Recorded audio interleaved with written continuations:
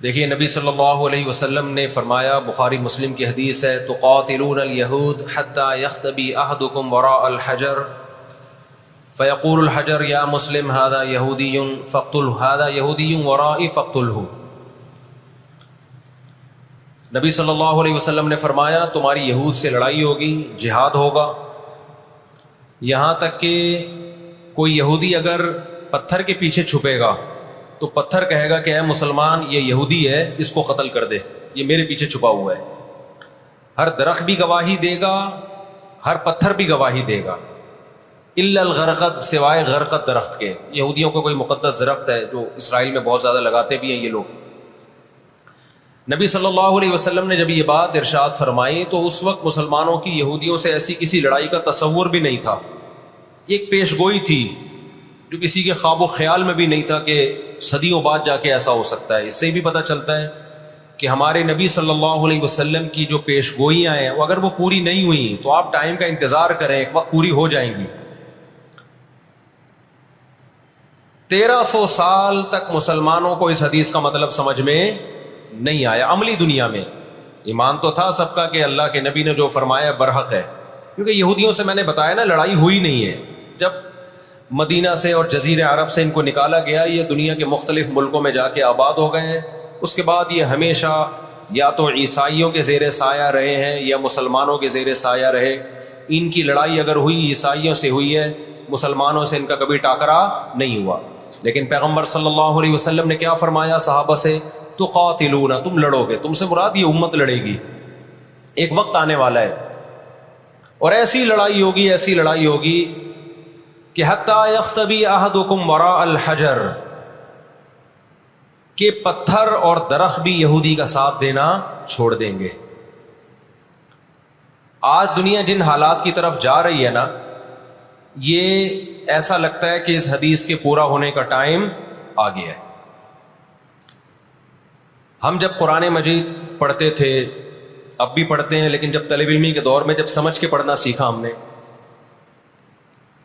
تو ہم جگہ جگہ قرآن میں دیکھتے تھے ضربت علیہم الذلہ، اللہ نے ان پر ذلت کو مسلط کر دیا ہے۔ میں بار بار کہوں یہودیوں سے ہماری مراد علی الاطلاق سارے یہودی نہیں ہیں، کیونکہ میرے بیان کو لوگ شارٹ کلپ بنا کے غلط چلاتے ہیں۔ تو بار بار میں کہتا ہوں میرا کلپ ادھورا چلاتے ہیں نا تو کوئی یہودیوں کے خلاف نہ چلائے، سارے یہودی ایک جیسے نہیں ہیں۔ ہم اسرائیل کے اگینسٹ ہیں، تو ہماری جو لڑائی ہوگی اسرائیل سے ہوگی۔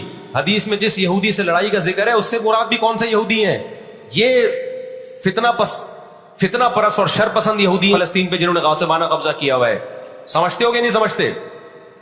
تو آپ صلی اللہ علیہ وسلم نے فرمایا کہ تقاتلون الیہود، تمہاری جنگ کس سے ہوگی؟ یہود سے ہوگی۔ دجال کس کا سپورٹر ہوگا؟ بولتے کیوں نہیں؟ ابھی تو دجال آیا نہیں ہے اور آپ نے بولنا چھوڑ دیا ہے، جب آئے گا تو پھر تو اچھوں کی بولتی بند ہو جائے گی۔ کس کا سپورٹر ہوگا وہ؟ ہاں میں عرض کر رہا تھا کہ ہم جب قرآن پڑھتے تھے ضربت علیہم الذلہ، قرآن کہتے ہیں ہم نے ذلت ان کے اوپر دے ماری ہے، ان فسادوں کی وجہ سے جو یہ کرتے رہے ہیں دنیا میں، ان فسادات کی وجہ سے۔ ہم جب پڑھتے تھے ہم کہتے تھے اے اللہ آج تو یہودی ذلیل نہیں ہے۔ اسرائیل کتنا پاورفل ہے کہ گچی کس کی پکڑی ہوئی ہے اس نے؟ امریکہ کی۔ ہندوستان کو گچی سے پکڑا ہوا ہے۔ تو آج تو بڑی عزت ہے۔ میں نے اپنے استاد سے یہ سوال پوچھا، انہوں نے بڑا معقول جواب دیا اور یہ تفسیر کی کتابوں میں بھی لکھا ہے۔ دیکھیں آپ یہودیوں کی ہسٹری اٹھا کے دیکھیں نا، ہمیشہ کوئی نہ کوئی ایسا ان پر مسلط ہوا ہے جنہوں نے ان کی شرارتوں کا مزہ ان کو دنیا میں چکھایا ہے۔ قرآن سے بھی یہ بات ثابت ہے کہ ان کو ان کی شرارتوں کا مزہ، عذاب جو ہے وہ دنیا میں ملتا رہے گا۔ میں بار بار کہتا ہوں ہٹلر نے بھی ان کو عذاب دیا ہے۔ ہٹلر سے پہلے بھی اسلامی نہیں بلکہ دنیا کی تاریخ میں بہت سے ہٹلر گزر چکے ہیں جنہوں نے ان کی شرارتوں کے ان کو دنیا میں سزا دی ہے۔ ہم پھر بھی بتائیں ہم ہٹلر کے حامی نہیں ہیں جو ظلم اس نے کیا، لیکن وہ بھی ان کی شرارتوں سے بیزار تھا۔ قرآن کہہ رہے ہم نے ان پر ذلت کو دے مارا ہے، دنیا میں بہت دفعہ رسوا ہوئے یہ۔ اب کیا ہے؟ یہ آخری ذلت ہے یہودیوں کی، جو اب کس کے ہاتھوں ہونے والی ہے؟ فلسطینیوں کے ہاتھوں۔ آپ کو معلوم ہونا چاہیے جب دنیا میں کسی کو بہت زیادہ ذلیل کیا جاتا ہے نا تو پہلے اس کو عزت دی جاتی ہے۔ کسی کے گلے میں آپ جوتوں کا ہار پہنا دو، یہ بھی ایک ذلت ہے۔ اور ایک طریقہ یہ 3 پیس سوٹ ٹائی میں آپ اس کو صدارت کی کرسی پہ بٹھائیں اور پھر آپ اس کو جوتوں کا ہار پہنا دیں۔ بتاؤ کون سی بڑی ذلت ہے؟ یہ دوسری ذلت پہلی ذلت سے بڑی ہے۔ پوری دنیا میں مار کھانے کے بعد نا اپنی شرارتوں کی وجہ سے آج اللہ نے ان کو ایک تھوڑی سی حکومت دی ہے، ایک چھوٹا سا کنٹری۔ آپ اگر اسرائیل کو نقشے میں دیکھیں گے تو کراچی بھی بڑا ہے اسرائیل سے، اتنا چھوٹا ملک، اتنا چھوٹا ملک، اور تعداد بھی بہت تھوڑی۔ اللہ نے انہیں کچھ وقت پنپنے دیا ہے۔ اللہ نے کہا ٹھیک ہے، تم دنیا تمہاری آخری شرارت دیکھ لے، اس کے بعد جو میری طرف سے تم پہ مار پڑنے والی ہے، اس کے بعد قیامت تک تم دوبارہ اٹھنے کے قابل نہیں رہو۔ یہ آخری ذلت کا انتظام ہو رہا ہے یہود کا۔ اور جو فائنل میچ ہوتا ہے نا وہ شاندار ہی ہوتا ہے۔ کیا خیال ہے؟ سیمی فائنل میں اتنا لوگ دلچسپی سے نہیں دیکھتے، کوارٹر فائنل میں اتنا دلچسپی سے بولو نہیں دیکھتے جو فائنل میچ دیکھتے ہیں۔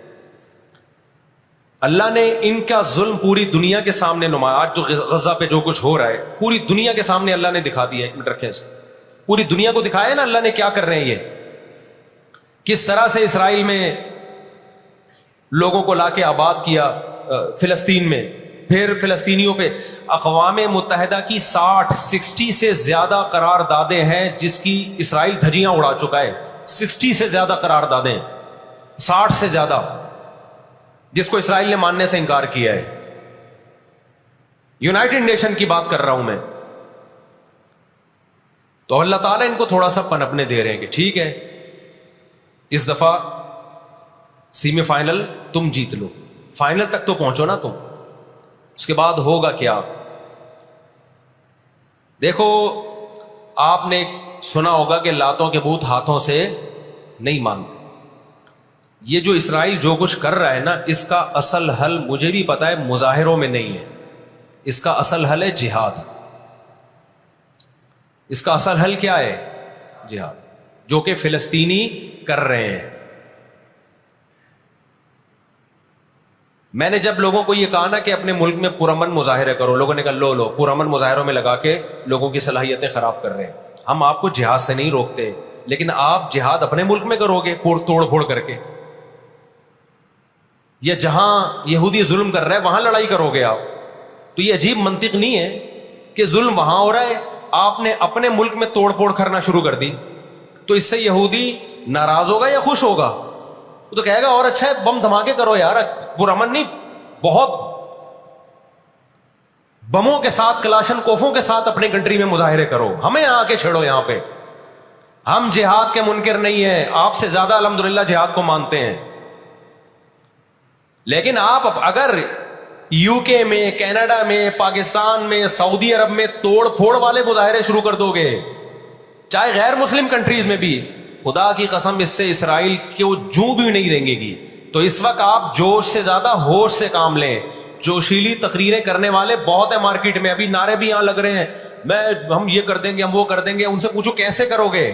شام کو گھر پہ جا کے گٹکا کھا کے سو جاتے ہیں وہ۔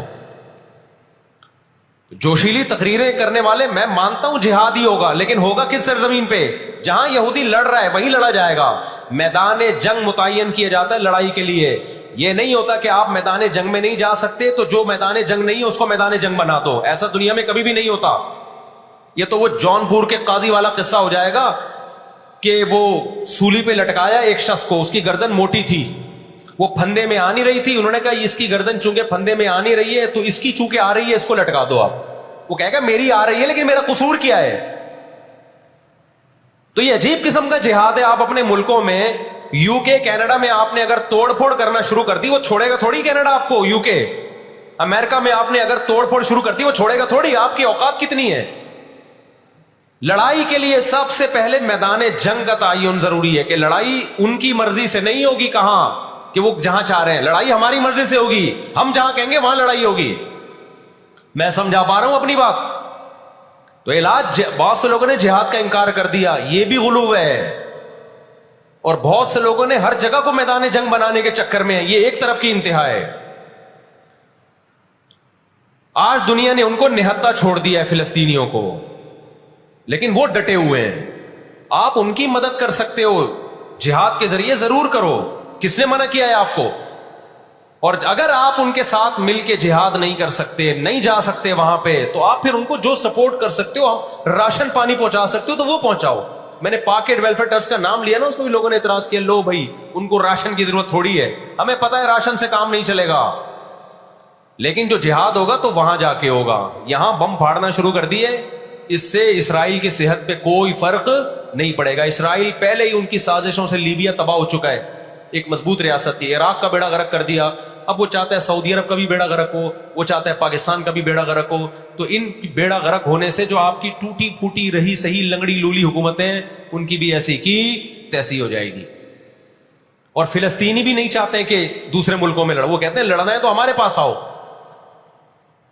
تو یہ اب جو دنیا جا رہی ہے نا جس طرف، ہو یہ رہا ہے، میں نے آپ کو قرآن کی آیت پیش کی تھی نا، وَكَذَلِكَ نُوَلِّي بَعْضَ الظَّالِمِينَ بَعْضًا، اللہ کہتے ہیں ہم بعض ظالموں کو بعضوں سے پٹواتے ہیں۔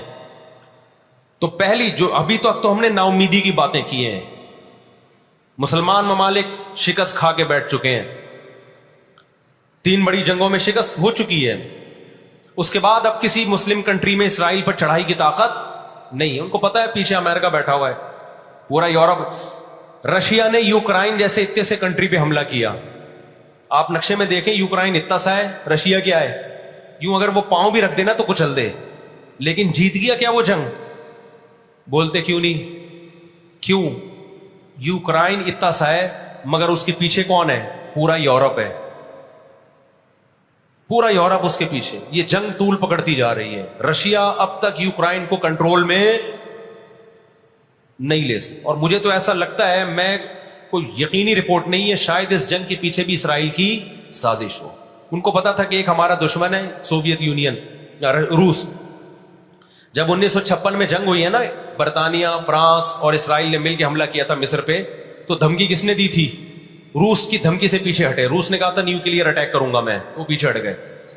روس مسلمانوں کی خیر خواہی میں نہیں کر رہا تھا، روس کو یہ تھا کہ جب دنیا کا باپ میں بننا چاہتا ہوں تو تم دنیا کے باپ بننے کی کوشش کیوں کر رہے ہو؟ اگر یہ باپ بن گئے تو اس کو پتا تھا ہماری چودراہٹ ختم ہو جائے گی، تو اللہ ایک ظالم کو دوسرے ظالم سے پٹواتے ہیں۔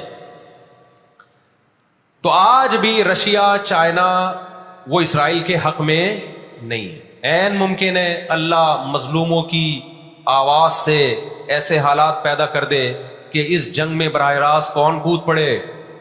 سوویت یونین کود پڑے۔ اور اگر سوویت یونین اس جنگ میں کود پڑا جس کے پورے چانس لگ رہے ہیں، تو پھر یہ تیسری جنگ عظیم کی طرف معاملہ جائے گا، اور اس کے ذمہ دار مسلمان یا فلسطین نہیں ہوں گے، اس کے ذمہ دار ناجائز اسرائیل ہے جس نے ناجائز قبضہ فلسطین پہ کیا ہے۔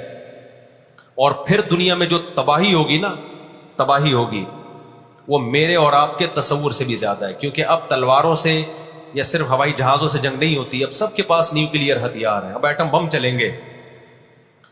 آج اگر دنیا انسانیت پہ رحم کھانا چاہتی ہے، آج اگر امریکہ، برطانیہ، جرمنی، فرانس، جو دنیا کے لیڈر کہلائے جاتے ہیں، آج اگر یہ چاہتے ہیں کہ انسانیت کو تباہی سے بچائیں، تو ان کو فلسطینیوں کا ہاتھ نہیں روکنا، ان کو کس کا ہاتھ روکنا ہے؟ جو اصل ظالم ہے نا یہودی، اس کا ہاتھ روکنا ہے۔ فلسطینیوں کے پاس اپنے دفاع کا پورا اخلاقی حق بھی ہے، مذہبی حق بھی ہے، قانونی حق بھی ہے۔ آج دنیا میں بہت سے لوگ کہتے ہیں یہ عرب کنٹریز کیوں نہیں کر رہے؟ بھائی عرب ممالک 3 بڑی جنگیں لڑ چکے ہیں۔ یہ جو لوگ الزام لگاتے ہیں نا کہ عرب چپ کر کے بیٹھے ہوئے ہیں، مصر کیوں نہیں کر رہا؟ مصر کی سرحد ملتی ہے اسرائیل سے، شام کی سرحد ملتی ہے، اردن اور لبنان کی سرحد ملتی ہے۔ یہ سارے ملک 3 بڑی جنگیں لڑ چکے ہیں اسرائیل کے خلاف، لیکن فتح کس کو ہوئی ہے؟ اسرائیل کو۔ کیوں؟ اس کے پیچھے کون تھا؟ اس کے پیچھے امریکہ تھا۔ تو آپ اپنے ملکوں کو برا بلا کہہ کے اس سے کچھ بھی حاصل ہونے والا نہیں ہے، اس سے ان کا وجود بھی ختم ہو جائے گا۔ 3 بڑی جنگیں ہو چکی ہیں، تمام عرب کنٹریز مل کے اسرائیل پہ حملہ کرتے ہیں، لیکن اس کے نتیجے میں نقصان کیا ہوا؟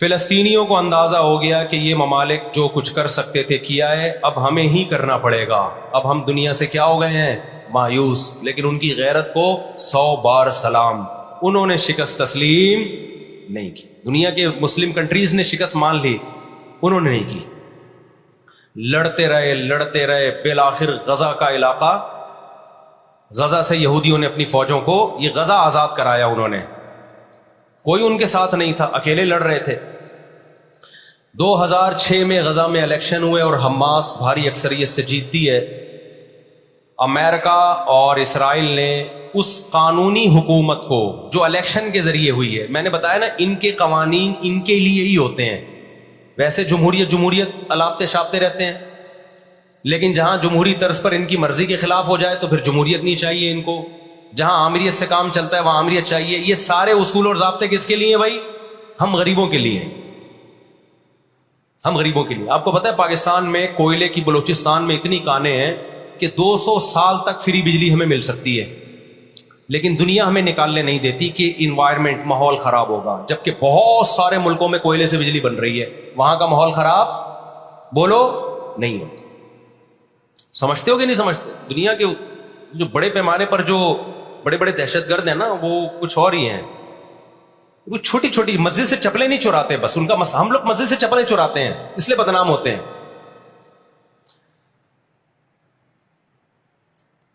2006 میں جب حماس بھاری اکثریت سے جیتتی ہے تو امریکہ اور اسرائیل ان کی حکومت کو تسلیم کرنے سے بولو انکار کر دیتے۔ اچھا 1956 میں بھی لڑائی ہوئی ہے، آپ کو پتہ ہے وہ لڑائی کیسے ختم ہوئی؟ اسرائیل کو سپورٹ کیا برطانیہ اور فرانس نے، وہ پیچھے ہٹے رشیا کی دھمکی سے۔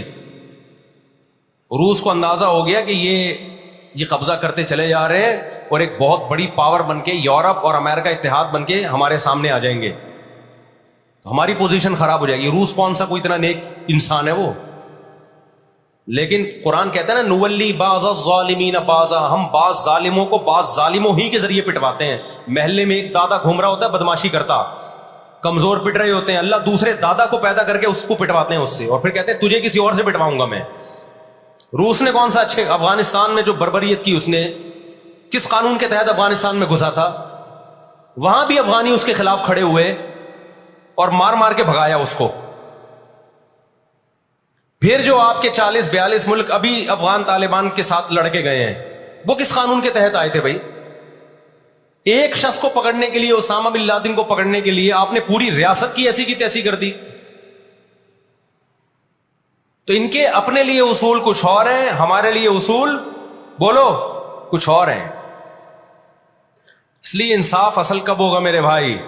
آخرت میں۔ لیکن آپ کی اطلاع کے لیے آخرت سے پہلے دنیا میں بھی ایک دفعہ ہوگا، اور یہ ہمارے پیغمبر صلی اللہ علیہ وسلم کی بشارتیں ہیں۔ آج وہ فلسطینی نہتے ہو چکے ہیں، نہ مصر میں ان سے لڑنے کی طاقت ہے کیونکہ مصر 3 جنگیں لڑ کے ہار چکا ہے، نہ شام میں ان سے لڑنے کی، شام کے اندر تو خود ایسی سازشیں کی ہیں کہ اس کو کھوکھلا کر دیا۔ جو بھی طاقتور ملک تھے اسرائیل نے ان کو اپنے راستے سے پہلے ہی ہٹا دیا۔ اور یاد رکھو اسرائیل صرف فلسطین نہیں چاہتا ہے، یہ ہماری بھول ہے۔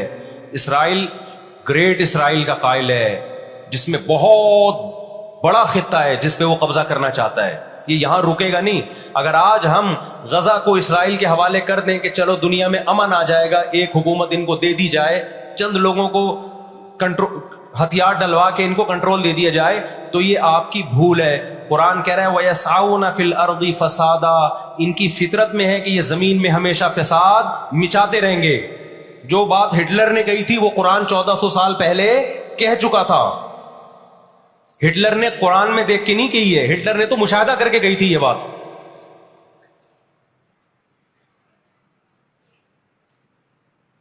نہ مصر میں لڑنے کی طاقت، 3 جنگیں ہار چکا ہے، نہ لبنان میں لڑنے کی طاقت، نہ اردن میں لڑنے کی طاقت، نہ شام میں لڑنے کی طاقت۔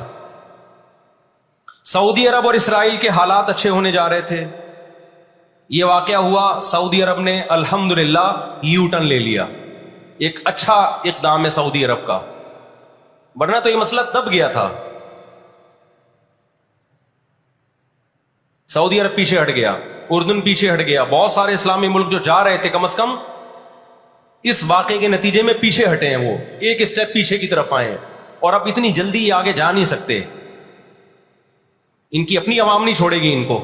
اگر یہ آگے کی طرف گئے, یہودیوں سے انہوں نے دوستی لگانے کی, اسرائیل سے دوستی لگانے کی کوشش کی. میں بار بار کہتا ہوں, جب میں یہودی کا لفظ استعمال کرتا ہوں تو اس سے صہیونی اور اسرائیلی مراد ہوتے ہیں, جو اسرائیل کو سپورٹ کر رہے ہیں. سارے یہودی اس میں داخل نہیں ہیں. آج بھی بہت سارے یہودی وہاں فلسطینیوں کو سپورٹ کر رہے ہیں, دنیا میں مظاہرے ہو رہے ہیں فلسطینیوں کے حق میں. اللہ تعالیٰ غزہ میں جو اہل اسلام پہ, فلسطینیوں پہ ظلم ہو رہا ہے, اللہ تعالیٰ ان کی مدد کرے, اور غاصب اسرائیل کو اللہ تعالیٰ ہدایت دے, جو ہدایت کے قابل نہیں ہے تو اللہ ان کو تباہ و برباد کرے.